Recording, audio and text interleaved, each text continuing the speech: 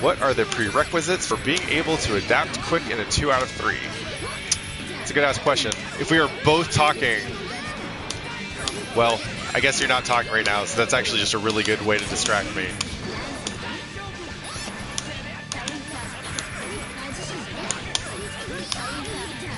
Woo! Beta Blade.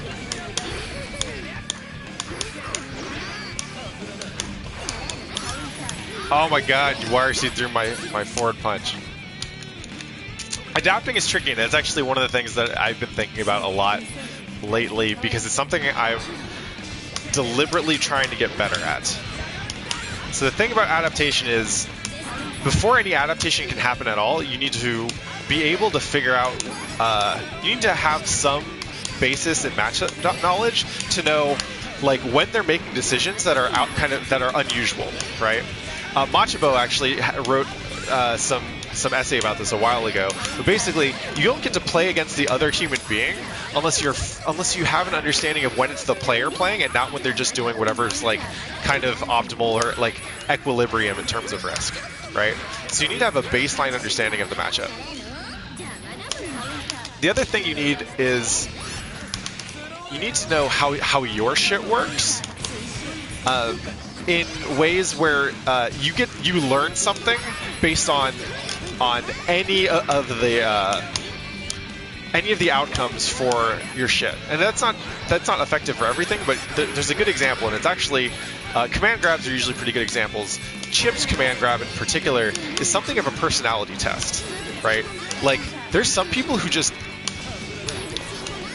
for Chip's command grab, the leaf throw. Yes. The leaf grab, like, there are 3 kinds of people. There are people who never get hit by it. There are people who get hit by it the first time and then never get hit by it. And then there's people who get hit by it more than half the time. And that's pretty, like, much something you can learn very quickly about someone, right? If I can figure that out in the first match,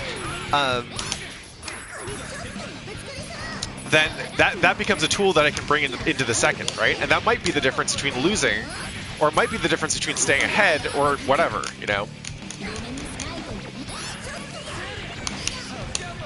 So you can think of some of the stuff in your kit as essentially a personality test that tells you something, right? And sometimes it's just figuring out, like, of all the different possible tells that someone has, which are things that they're paying attention to and which are things that they aren't, right? So earlier in chat, someone was FDing I think it was Aggro Craig. He was just FDing way too much, and he didn't think that was something that I could use as information, right? You gotta know what's information and what's just like accident, and you kind of gotta figure out what they're paying attention to, right?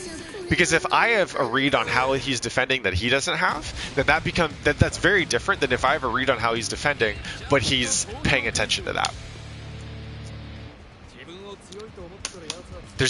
There's all these different layers, but at the end of the day, it's all about taking an observation that you've made out of about somebody through playing them in that first game, or even just in like small exchanges, right? Maybe I test you with teleports or whatever.